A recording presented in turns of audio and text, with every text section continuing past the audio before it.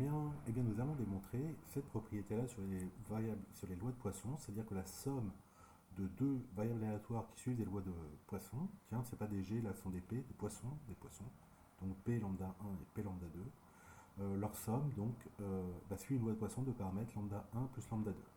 Alors, je vais repasser ici, dans le bon sens, et je vais vous expliquer ça. Eh bien, allons-y, ça devrait suffire avec ça. Donc, X, elle suit la loi de Poisson de paramètre lambda 1, Y suit la loi de Poisson de paramètre lambda 2, et Z, c'est la somme des deux variables, d'accord? Alors, première question, quelles valeurs peut prendre Y? Donc, Z, pardon. Donc, quelles sont les valeurs? Alors, je vais l'écrire. Ah, voilà, quelles sont les valeurs possibles de Z? Alors, Z, c'est la somme de deux nombres qui sont des entiers naturels. Donc, Z est à valeur dans n, d'accord? Parce que x et y sont deux entiers naturels, d'accord? Donc ça peut faire 0 plus 0, donc 0 est possible, 1 est possible, 2 est possible, et ainsi de suite. Ok? Alors maintenant que je sais ça, ça me permet de dire, pour caractériser la loi de z, il faut que je déduise, quel que soit n appartenant à grand N, il faut que je fasse la probabilité que z soit égal à n. Ok?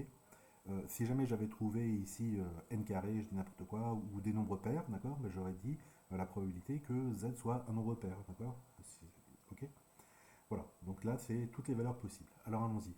Qu'est-ce que ça veut dire que z est égal à n? C'est la même chose que de dire que x plus y sont égaux à n, bien sûr. Ok. Alors pour être égaux à n, comme ce sont deux entiers naturels, donc positifs tous les deux, ça veut dire que donc c'est la somme de k égale 0 à n de la probabilité que x soit égal à k inter, y soit égal à n moins k. Vous êtes d'accord? La somme des nombres fait n, ça veut dire qu'il y en a un qui, le premier, il fait k avec k plus petit que n, il peut être entre 0 et n, et le deuxième, il fait n moins k. D'accord? Ok, mais, ah oui, alors j'ai pas dit que x et y sont dépendantes. Bien sûr. Ok. Donc, comme x et y sont indépendantes, la probable d'intersection, c'est le produit des probas. Donc, ça nous fait la somme de k égale 0 à n de probabilité que x soit égal à k fois la probabilité que y soit égal à n moins k. D'accord? Et maintenant, j'applique le fait que ce soit des lois de Poisson. D'accord? Donc, allons-y. K égale 0 à n de... Alors, ici, ça me donne quoi? Ça me donne lambda 1 puissance k sur k factoriel exponentielle moins lambda 1. Le deuxième, ça me donne quoi? Ça me donne lambda 2 n-k factoriel exponentielle moins lambda 2. D'accord? Ok. Alors, je vais pouvoir rassembler à peu près tout ça. Donc, je rassemble le exponentiel moins lambda 1, le exponentiel moins lambda 2 devant. Donc, ça me fait exponentiel comme ça. Ok? Et ça me fait la somme de k égale 0 à n de, alors, k factoriel, n moins k factoriel. Et puis là, j'ai lambda 1 puissance k, lambda 2 puissance n moins k. Ok? Alors, qu'est-ce qui me manque? Eh bien, il me manque ici un n factoriel. Donc, je vais ajouter un n factoriel, je vais diviser ici. D'accord? Donc, je l'ajoute et je l'entretire. Pour que ça soit ma combinatoire. Ok? Donc, alors, je vais l'écrire, je ne sais pas si je vais l'écrire en anglais. Lambda 1 plus lambda 2 sur n factoriel, somme de k égale 0 à n. Donc là, c'est le fameux CNK. Donc, en notation anglaise, c'est comme ça. Ouais, c'est ça. Lambda 1 puissance k, lambda 2 puissance n moins k. D'accord? Et là, vous retrouvez le fameux binôme de Newton. Binôme de Newton. D'accord? Qui nous dit que ça, en fait, c'était... alors, je recopie le coefficient qui est devant.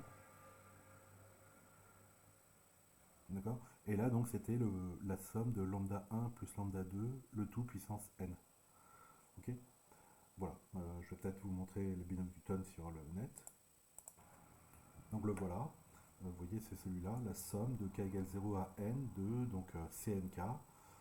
Là, moi, j'avais un lambda 2 ici, n-k, et lambda 1 puissance k. D'accord? Voilà. Ou celui-là, c'est pareil. Enfin, bref. C'est pareil, d'accord? Et puis le CNK qui est n factoriel sur k factoriel, machin moins k factoriel. Ok, hop, je reviens dans le bon sens. Voilà. Donc, voilà pourquoi j'avais fait apparaître le n factoriel ici. C'était pour faire apparaître mon coefficient binomial. Ok? Voilà, et puis ça, vous reconnaissez, donc la probabilité que z soit égal à n, vous reconnaissez ici que c'est Z suit une loi de Poisson de paramètre lambda 1 plus lambda 2, d'accord? On a bien le paramètre, lambda 1 plus lambda 2 puissance n factoriel, exponentielle moins le paramètre, d'accord? Voilà, et donc on a que si vous avez deux variables aléatoires indépendantes qui suivent toutes les deux des lois de Poisson, alors leur somme suit une loi de Poisson de paramètres, la somme des deux paramètres. Ok? Donc voilà, c'est pas compliqué pour cet exercice, comme vous voyez.